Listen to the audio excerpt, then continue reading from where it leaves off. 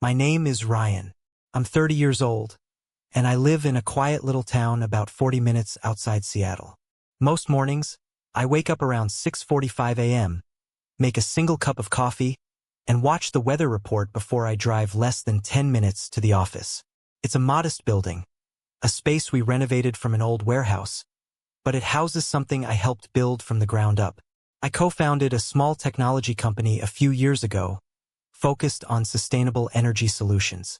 Most people in my neighborhood don't understand what that means, and frankly, most of my family doesn't either. They still think I spend my days tightening screws and fixing wires, and I've never really cared enough to correct them. I've never needed the credit. I never asked for recognition. Whenever someone at work or in the neighborhood asks about my family, my parents or my sister Jessica, I usually just smile politely and say something vague. It's been a while since we talked, I'll say, and then let the silence speak for itself. It's not that I'm ashamed or hiding anything. It's just that I no longer see the value in trying to explain something so broken to people who wouldn't understand. There's been no contact between us for more than 2 years now. No calls, no texts, no birthdays, no holidays. Just a long, undisturbed silence, as if the connection we once had was not cut, but carefully untied and left to drift apart. That silence began 2 years ago, 3 weeks before my mother's birthday. At the time, I had just booked time off from work. It was a tradition for me to help with her birthday every year. I'd usually arrive early, help prep the food, pick up the cake, and even handle any tech trouble they had around the house. That year was no different, or so I thought. It was going to be a short trip. I planned to stay for just a few days. Nothing complicated, just family. I remember calling home that morning. My mother didn't pick up, but my father did. The conversation started out casual, the way it always did. I told him I'd be home early that year, and if they needed anything, I was happy to help. But then there was a pause, a strange silence on the other end of the line. It stretched longer than it should have, and when he finally spoke, his voice had shifted, colder, almost hesitant, like he was forcing himself to say something he'd been rehearsing. "Ryan," he said, "if possible, maybe don't come home this year." I laughed, thinking he was joking. "It's no big deal," I said. "I've already made plans. Everything's taken care of." There was another pause, this one heavier than the last. "Jessica's bringing her boyfriend this year," he said finally.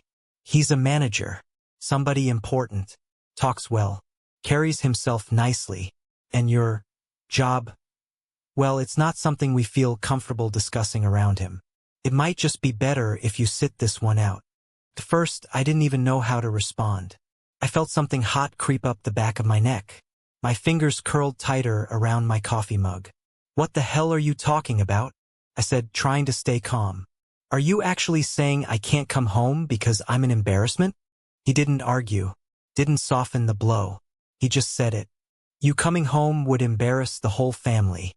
If you insist on coming, don't call me your father." Then he hung up. I stared at the phone in disbelief. My hands were trembling slightly. I didn't even hear the TV in the background anymore. All I could hear was the echo of his voice, clear as a bell, repeating over and over again. "You coming home would embarrass the whole family. Don't call me your father." At first, I wondered if I had imagined it. Maybe I'd misheard, but I hadn't. It was all too deliberate, too precise, too cruel. And in that silence, something old inside me broke apart. Not violently, but quietly, like an old piece of string snapping after being pulled too tightly for too long. And then, something happened. I stopped feeling anything. No grief, no anger, just emptiness. I opened my banking app, still holding my phone with a shaking hand. I scrolled through my transaction history and stopped at the list of payments I'd been making for the past 2 years.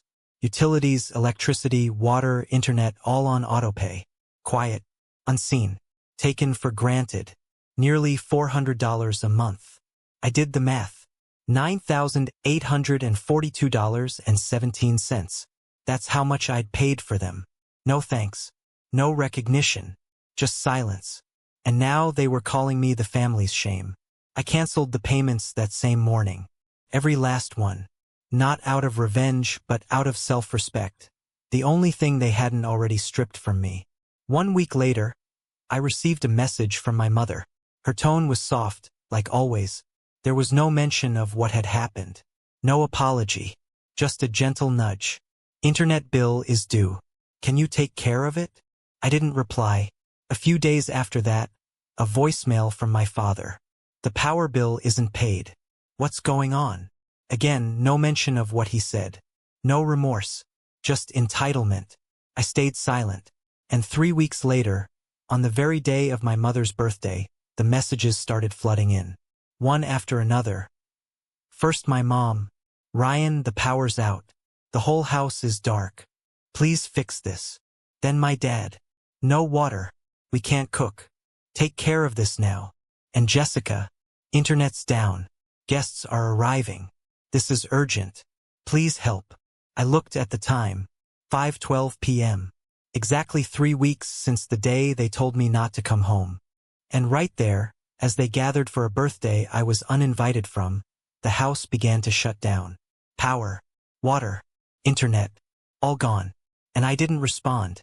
I just sat in my apartment with a cold cup of coffee, staring out the window, watching the sky shift into the slow gray hush of an approaching evening. They weren't calling because they missed me. They were calling because there was no one left to carry the weight.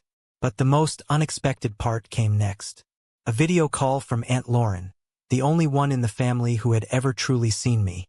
She answered from the kitchen, her face lit by the soft yellow lights I remembered from my childhood. The room was full of nervous chatter and the clinking of silverware. She looked at me and asked gently, "You're not going to pay for it, are you?" I shook my head. Then something happened I'll never forget. A young man stepped into the frame, dressed in a clean black suit, well-groomed, polite, confused. He looked at me and said, "Hey, boss." There was a moment of stillness in the room, like a glass had been dropped but not yet shattered. That's when it all came together. Jessica's boyfriend, the one I wasn't good enough to stand beside. He worked for me, and the silence in the kitchen was deafening. He straightened, cleared his throat, and said clearly, "I work at Pacific Terry Tech. Mr. Ryan is one of the company's co-founders." And just like that, the silence collapsed into whispers, then noise. I nodded once and said calmly, "Hope your big introduction goes well." Then I ended the call. That night, I slept deeper than I had in years. The next day, an email arrived. From Hudson Kane, Jessica's now ex-boyfriend. He apologized. He said he didn't know I was Jessica's brother. That he was ending the relationship.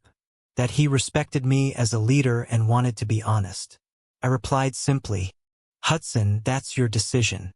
I don't bring family into the workplace. Do what's right, not what's easy." Later that morning, Jessica called. I declined the call. She texted, "He broke up with me. Please talk to him. Ask him to come back." I responded, "He left because of how you live, how you treat people." I didn't say anything. He just saw you clearly.